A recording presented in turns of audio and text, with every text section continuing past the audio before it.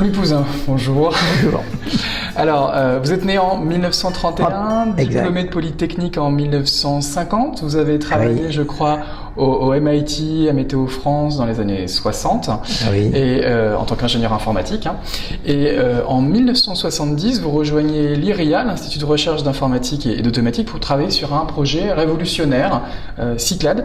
Quelle était la problématique des autorités françaises de l'époque? Est-ce que c'était de faire du gaullisme numérique et de rivaliser avec le tout jeune ARPANET américain? Bien, la France à l'époque était encore dans l'optique gaullienne, c'est-à-dire indépendance des États-Unis. Le président était Pompidou et on venait juste de créer la C2I. La C2I est le plan faisait partie du plan calcul, donc pour réaliser des machines, des ordinateurs français. Donc C2I avait été créé, ainsi que l'IRIA et la délégation à l'informatique. Tout ça faisait partie de du même plan. Alors, aux États-Unis, le projet ARPANET a commencé à peu près en 68. Et on a commencé à s'apercevoir en France que ça existait vers les années 70. Et donc à ce moment-là, la délégation à l'informatique s'est rendu compte que C2I, toute jeune compagnie, n'avait pas de technologie de réseau et qu'elle se trouvait donc handicapée vis-à-vis de IBM notamment, c'était la grosse bête à l'époque, mais également d'autres constructeurs européens beaucoup plus puissants comme Siemens ou Plessey, quoi. Donc ils ont envoyé une mission aux États-Unis, formée essentiellement de scientifiques et de gens responsables d'organismes éducatifs ou recherche, pour aller voir ce qui se passait aux États-Unis. Ils sont revenus avec l'idée que, en effet, ça avait beaucoup d'avenir, l'interconnexion des ordinateurs, et que si on n'avait pas ça avec la C2I, on avait peu de chances de pouvoir jouer un rôle important. Donc ils ont donc convaincu le gouvernement de l'époque qu'il fallait lancer un projet français pour fabriquer un réseau comme le réseau ARPANET. Donc j'étais à l'époque chez Simca, qui était devenu Chrysler France d'ailleurs, encore une invasion américaine, oui. Donc j'ai quitté Simca, Chrysler France je devrais dire, en novembre 71, et je me suis installé à l'IRIA, mais avec un bulletin de salaire de la délégation à l'informatique. Et puis j'ai constitué une équipe assez vite, et on est parti, voilà. Alors, l'une des grandes innovations de Cyclades, c'est la commutation de paquets, cette invention qu'on appellera les datagrammes. Comment avez-vous eu cette idée, et dans quelle mesure elle était révolutionnaire pour l'époque? Alors l'idée de transmettre les informations par petits morceaux, elle est très ancienne, c'est-à-dire au cours des années 60, il y avait déjà un certain nombre de systèmes qu'on appelait des systèmes de commutation de messages. C'est-à-dire que on envoyait des informations, par exemple pour les plans de vol des compagnies aériennes, ou pour la circulation des trains de marchandises sur les voies ferrées, prévenir les gares de triage de l'arrivée des wagons. Tout ça était envoyé sous forme de messages qui étaient découpés en morceaux et qui étaient transmis de tambour à tambour, et non pas en temps réel comme on le fait aujourd'hui. Alors c'était donc une vieille idée, mais qui était réalisée de manière très spécifique. Chaque compagnie et chaque type d'ordinateur avait des logiciels propres. Alors ce que plusieurs sociétés ont introduit à peu près en même temps, c'est ce qu'on a appelé plus tard la commutation de paquets. À l'époque, on appelait ça transmettre par bloc. Et puis il y a eu le projet ARPANET, qui lui était un projet de recherche. Alors comme dans la recherche, on passe son temps à publier, publish or perish, n'est-ce pas? Donc il était beaucoup plus connu que les autres, qui étaient des projets de nature commerciale ou industrielle, quoi. Ce qui fait que l'idée en fait était dans l'air, mais on avait quand même une obsession, c'est qu'il fallait transmettre que les informations qui passaient dans le réseau puissent être livrées de manière impeccable, ça qui est sans erreur, c'est-à-dire sans perte, sans duplication, sans erreur. Alors c'est sur cette base qu'avait été construit le réseau ARPANET. On a appelé ça après le circuit virtuel. À l'époque, on n'utilisait pas encore ce terme-là. Mais par ailleurs, il y avait dans des laboratoires en Angleterre, par exemple, une équipe de Donald Davis qui avait déjà expérimenté la transmission par paquet pour le téléphone, pour gérer les systèmes téléphoniques. Et c'est lui le premier qui a appelé ça paquet. Avant lui, on appelait ça bloc. Alors, partant de cette idée, j'ai regardé ce qui avait été fait de par le monde et j'ai vu que il n'était pas du tout nécessaire que l'on vérifie, que l'on livre les informations au destinataire sans erreur. C'est là où on perd beaucoup de temps, c'est plus compliqué et c'est donc beaucoup plus sujet à inconvénients, pannes, difficultés de réalisation. Il suffit en fait d'avoir un deuxième protocole qui, lui, est géré entre l'ordinateur émetteur et l'ordinateur destinataire, ce qu'on appelait le bout en bout. Alors donc on livre des paquets, mais on peut en perdre, on peut en dupliquer, mais aussi on peut les livrer par plusieurs chemins, ce qui est un avantage que n'avaient pas les techniques précédentes. Et ce sont les deux ordinateurs qui, de part et d'autre, vérifient qu'ils ont bien reçu. S'ils n'ont pas tout reçu, retransmettent. C'est beaucoup plus simple à faire et ça marche. On peut dire qu'il y avait moins d'intelligence dans le réseau, plus d'intelligence dans la machine, et que c'était d'ailleurs une idée plutôt d'informaticien. On déplaçait un peu l'intelligence là-dedans, au lieu de la garder entièrement dans le réseau, qui ne pouvait de toute manière pas être complètement fiable.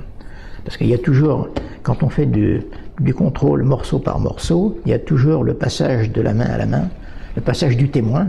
Il peut toujours y avoir des incidents à ce niveau-là, quoi. Donc c'était une nouvelle technique que personne n'avait réalisé avant, parce que tout le monde disait que ou bien ça pouvait pas marcher, ou bien il n'y avait pas pensé, ou n'importe quoi. Donc il y avait une forte résistance de la part de tous les milieux télécoms, bien sûr, parce que c'était pas leur idée. Et heureusement, l'équipe du projet ARPA, qui est venue nous visiter, avec qui on a discuté une journée, ils nous ont fait un tas de questions, d'arguments, etc. Et 6 mois plus tard, ils ont proposé un protocole de datagramme. Voilà, qui s'appelle le fameux TCP/IP. Alors, l'histoire a retenu que Vinton Cerf et Robert Kahn ont inventé le protocole TCP/IP en 1974, mais donc on peut dire qu'ils se sont inspirés de votre invention et qu'en fait, vous seriez, vous, le véritable père de ce protocole et de l'Internet moderne? Alors, le père certainement, le vendeur peut-être moins, parce que comme notre projet a été interrompu en France, si les Américains n'avaient pas repris l'idée, ça n'aurait pas été mis en œuvre. Donc on a eu de la chance finalement, c'est que eux ils ont cru à l'idée. En copiant votre idée, ils l'ont un peu sauvé. Oui, ils ont copié le réseau même, parce que le réseau marchait déjà. Quand ils ont proposé leur papier, on avait déjà un réseau qui marchait. Donc ils sont pas simplement inspirés, ils l'ont vraiment copié. Hein. Mais avec quelques erreurs d'ailleurs. Lesquelles? Une erreur, ça a été une erreur qui est en fait de grosses conséquences, c'est le fait d'utiliser l'adresse IP à la fois comme un élément de protocole et comme un élément physique d'entrée-sortie du réseau. Ce qui fait que dans l'Internet, il n'y a pas vraiment de possibilité pratique, commode, de pouvoir livrer les paquets par plusieurs chemins ou par plusieurs relations avec l'ordinateur destinataire, ce qu'on appelle le multi-homing. Là, ils ont fait une erreur. Alors, il y en a peut-être d'autres aussi, mais enfin, ça c'est la plus importante, parce qu'ils n'ont pas dû comprendre. Alors, en tout cas, avec l'arrivée du Clandestin, les autorités françaises mettent fin au projet Cyclade, au profit d'un autre réseau, le X25, c'est ça, le futur réseau du Minitel. Quel était votre sentiment à l'époque? Est-ce que vous avez essayé de persévérer sur le projet Cyclade? Bon, en douce, oui. C'est-à-dire que j'étais à l'IRIA à l'époque et j'avais déjà été nommé responsable de différents projets pilotes à l'intérieur de l'IRIA. Bon, quand on a arrêté Cyclade, visiblement c'était purement politique cette décision. Le fond de l'histoire, vous le trouverez dans le bouquin French Ordinateur. C'est que la compagnie générale d'électricité n'avait pas digéré le fait que Thomson se mettait dans le téléphone. Il fallait donc l'éliminer. Et la délégation informatique avait monté un consortium européen qui s'appelait Unidata, dans le but d'avoir, on pourrait dire, un industriel à couleur européenne, dans lequel il y avait Olivetti, Bull, Plessey en Angleterre, et Siemens et Philips. donc les 5. Alors, la décision de supprimer ces 2i, donc d'arrêter Cyclades, de renvoyer Thomson à ses appareils électriques ou ses appareils de défense, ça avait comme conséquence que, eh bien, on arrêtait toute activité dans les réseaux et que les PTT pouvaient donc faire ce qu'ils avaient envie de faire, c'est-à-dire du circuit virtuel. Bien sûr, ça paraissait comme un énorme gâchis européen, parce qu'on avait déjà pas mal de réputation au plan international. On venait nous voir de partout pour savoir comment on faisait les réseaux. Alors après Cyclades, les sociétés françaises étaient les seules à réaliser. Et ils ont eu pas mal de contrats en France et à l'étranger, parce qu'on avait formé leurs ingénieurs dans le cadre de Cyclades. Donc un beau gâchis... Un beau gâchis européen, parce que la France n'aurait jamais été le leader du monde, c'est clair, mais au niveau européen, on aurait pu l'être avec les autres. Parce qu'on avait une techno qui était quand même en avance à l'époque. Si on se projette dans les années 80, au milieu des années 80, il me semble que l'Internet n'avait que quelques milliers d'utilisateurs et d'ordinateurs connectés, alors que le Minitel français avait plus d'1 million d'utilisateurs. Est-ce que à ce moment-là, vous avez peut-être douté de la pertinence de vos technologies et reconnu au moins un succès commercial pour les technologies de circuits virtuels? C'est-à-dire que le Minitel, au contraire, aurait été parfaitement adapté aux transmissions par paquet, parce que on tape un message, on a une réponse qui est une petite page de ligne de 40 caractères, ça tenait parfaitement dans des paquets. Donc en fait, c'était beaucoup plus adapté à la techno paquet.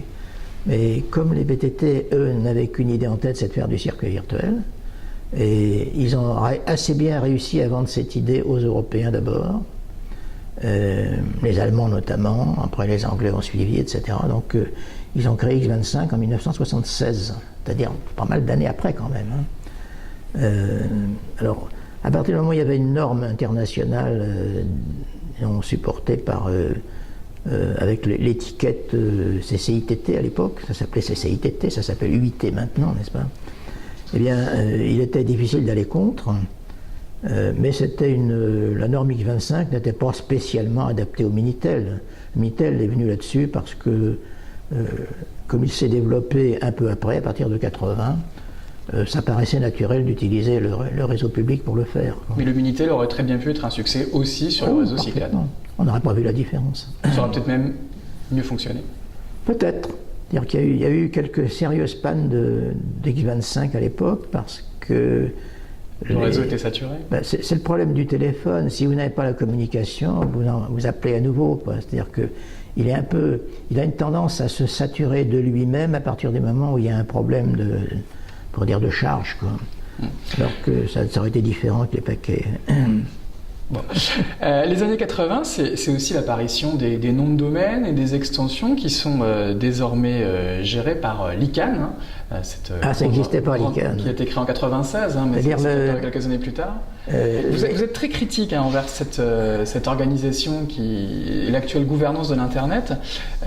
Pensez-vous que la France et l'Europe devraient s'inspirer de ce que font par exemple les Chinois en matière de noms de domaine, ou peut-être adopter votre solution OpenRoute de gestion de domaine? Quel est votre point de vue là-dessus? Là-dedans, il y a plusieurs facteurs qu'on peut traiter indépendamment. D'ailleurs, je pense que le premier défaut de l'ICANN, c'est d'être un monopole qui est en permanence en conflit d'intérêts. C'est-à-dire que l'intérêt de l'ICANN est contraire aux utilisateurs. L'intérêt de l'ICANN, c'est de faire de l'argent. Les utilisateurs, c'est d'en économiser. Et donc, la stratégie de l'ICANN, ça a été d'abord de mettre une petite quantité de noms de domaine, créer la rareté pour faire monter les prix.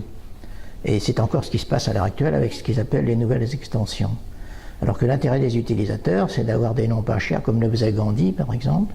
Je ne sais pas si vous venez d'un article de Gandhi dans Le Monde, nous sommes des voleurs, je ne sais pas quoi. Confession d'un voleur, je crois. Je suis un voleur. Les patrons de Gandhi de l'époque. C'était Shemla qui avait écrit ça. Donc, en fait, les noms de domaine, ça ne coûte rien, pratiquement rien à gérer. Et vendre ça des dizaines ou des centaines de dollars à l'époque, c'était vraiment de l'arnaque. Donc, déjà, il y a ce problème. Alors, s'il y avait de la concurrence commerciale entre plusieurs organismes qui vendent des noms de domaine, il serait parfaitement acceptable d'avoir un organisme peut-être américain, ou en tout cas avec une forte participation internationale qui définit les règles de fonctionnement du système. Mais actuellement, c'est le conflit d'intérêts. Alors c'est quoi la solution?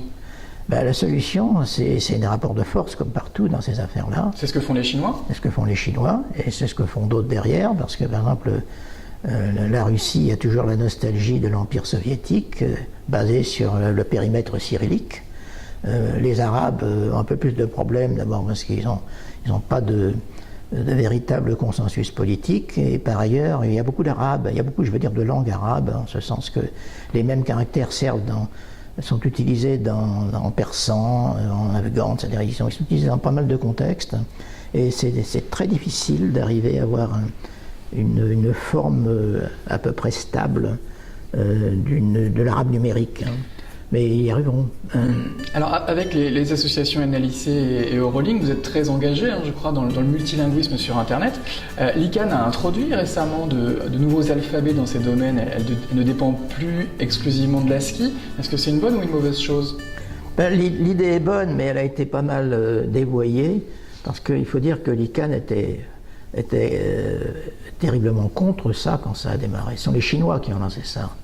C'est une équipe de Chinois de Singapour qui ont inventé une façon de rentrer dans le cadre imposé par l'ICANN, mais de manière à représenter les caractères chinois. Et ils ont eu beaucoup de difficultés à faire admettre ça, ce qui fait que la manière dont ça s'est fait est assez mauvaise. Parce que les Américains ont fait admettre d'utiliser l'alphabet Unicode, qui n'est pas vraiment adapté à ça. L'Unicode avait été fait pour les imprimeurs. C'est-à-dire la certitude que quand vous envoyez une séquence de bits, vous savez ce qui va apparaître sur le papier. Mais c'était pas fait, c'était pas réversible, par exemple. C'est-à-dire que pour un caractère sur le papier, il pouvait y avoir plusieurs formes de représentation en binaire. C'était pas fait pour ça. Mais ils avaient imposé l'usage d'Unicode en espérant que ça empêcherait de faire, justement, les complications seraient telles qu'on n'arriverait pas à faire du multilinguisme. Mais comme les Chinois étaient très malins, ils y sont arrivés, donc ils ont été obligés de suivre le mouvement, c'est tout. Aujourd'hui, c'est utile, mais c'est condamné à long terme, parce qu'il y a très peu de langues dans les IDN. L'IDN, c'est le terme générique pour dire, il y a une trentaine de langues à l'heure actuelle. Mais aujourd'hui, il y a 6000 langues de par le monde. Alors, la solution retenue par l'ICANN n'est pas adaptée. La solution, c'est quoi? C'est OpenRoute?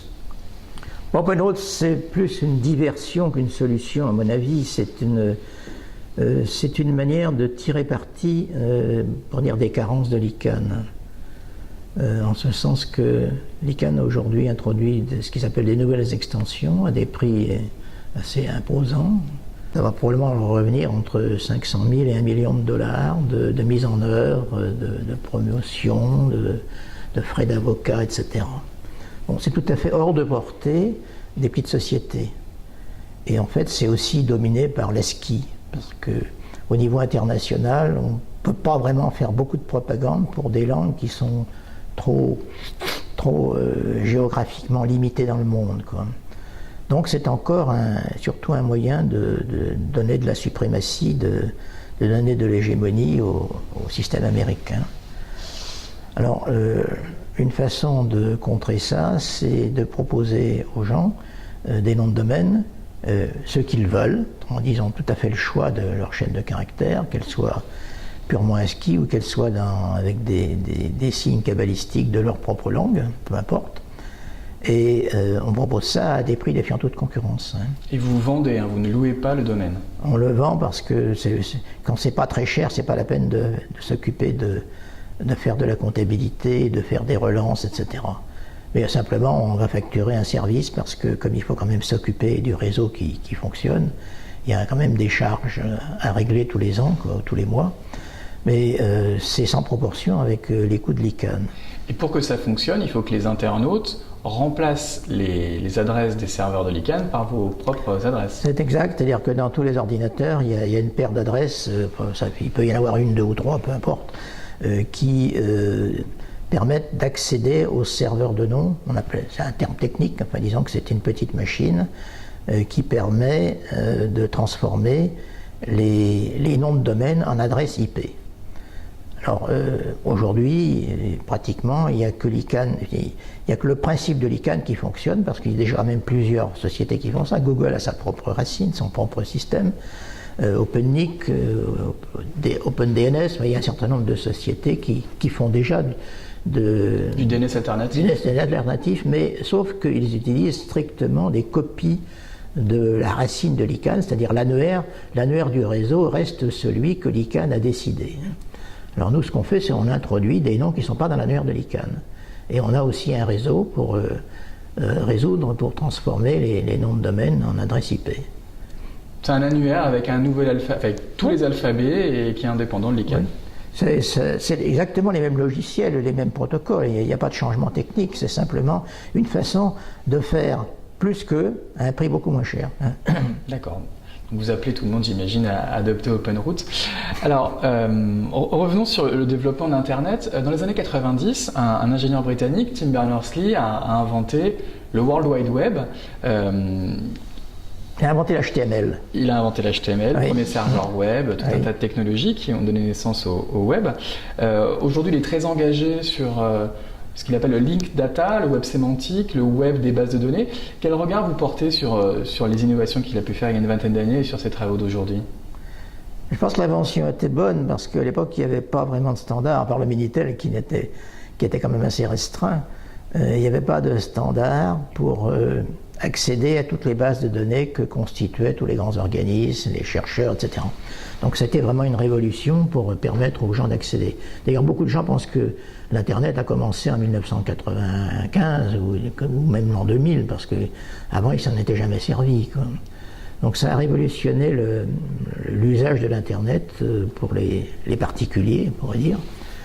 Alors maintenant, le web sémantique, ça c'est un beau rêve, mais il semble qu'on soit encore très loin d'avoir quelque chose qui marche. Il s'agit essentiellement, vous voyez, d'extraire de ce qui est purement du binaire, c'est-à-dire des caractères dans un langage quelconque.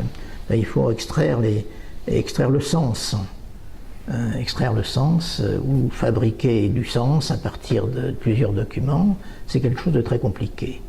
Alors ça peut marcher plus ou moins bien lorsque le domaine conceptuel que l'on traite est assez restreint. Par exemple, si on parle de protocole de communication, on peut certainement y arriver. Maintenant, si on parle politique ou religion, ou bien services sociaux, alors là, ça devient extrêmement difficile parce que les mots ont 36 interprétations. Donc la sémantique, c'est peut-être une utopie. Par contre, cette idée de normaliser et de partager les bases de données, elle vous paraît pertinente? Elle est pertinente dans le sens que c'est ce qui marche aujourd'hui. Ça n'est pas parfait. Par exemple, quand vous demandez des références à Google, vous pouvez très bien avoir 400 000 références, dont à tout casser, une trentaine sont utiles, quoi. Donc il y a énormément d'approximations dans ce qu'on fait. Donc on gagnera en pertinence avec le web de données? C'est-à-dire qu'aujourd'hui, le langage est par construction, le langage que l'on utilise est toujours ambigu. Et on le comprend parce qu'on se place dans un contexte restreint. Par exemple, qu'est-ce que c'est que mosaïque? Je ne sais pas si vous vous souvenez du début du web. Il y avait un logiciel qui s'appelait Mosaïque. Du navigateur web conçu par les Américains. Oui. Alors, si on tapait Mosaïque, on avait toutes des quantités de références sur les mosaïques anciennes. Parce que, évidemment, l'outil ne pouvait pas savoir que c'était un langage. Donc, il y a énormément de confusion possible. Donc, il faut s'en servir avec une certaine dextérité, quoi. J'ai une dernière question. Quel regard citoyen vous portez sur les actions des politiques aujourd'hui? Est-ce que vous êtes peut-être en contact avec Neelie Kroes au niveau européen ou avec Fleur Pellerin au niveau du gouvernement français? Et est-ce que vous auriez un message à leur faire passer? Le message à leur faire passer, on pourrait dire, c'est de se souvenir qu'il y a une vingtaine d'années, la Commission européenne était motrice. La Commission européenne lançait des projets importants qui avaient une répercussion sur l'ensemble de l'Europe. Autrement dit, elle fabriquait de l'innovation à partir de la mise en commun ou de la coopération de centres de recherche et industriels européens. Mais on n'a plus ça maintenant. On a quoi? Maintenant on arrose. On a des budgets, on les distribue par petits paquets, si on peut dire, dans l'ensemble de la recherche et de l'industrie, mais il n'y a pas de grands projets intéressants. Il y a simplement la satisfaction des besoins de chaque équipe.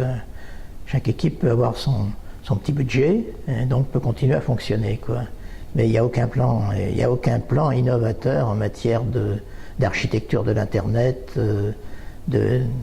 d'usage, on pourrait dire, un peu révolutionnaire. Alors justement, qu'est-ce qu'il faudrait faire? Il faudrait relancer des projets. Il y a des carences fondamentales dans l'Internet aujourd'hui. L'Internet est toujours un réseau expérimental. Du point de vue de sa conception, il n'y a rien de nouveau par rapport à 1980. Ça veut dire que ça a 30 ans d'âge, ça veut dire que c'est complètement obsolète. Et on ne fait rien là-dedans. On ne fait rien. On fait de la périphérie, du superficiel. On va s'occuper des tablettes, on va s'occuper peut-être de numériser les parfums, ou des choses comme ça. Enfin, c'est des choses intéressantes.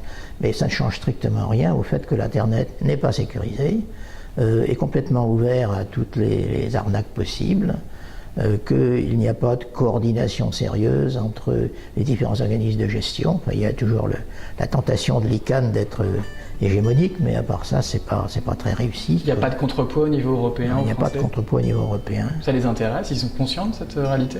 Je ne sais pas si ça les intéresse, mais en tout cas, on n'en voit pas la réalité. Merci Louis Pouzin. Merci aussi de votre intérêt.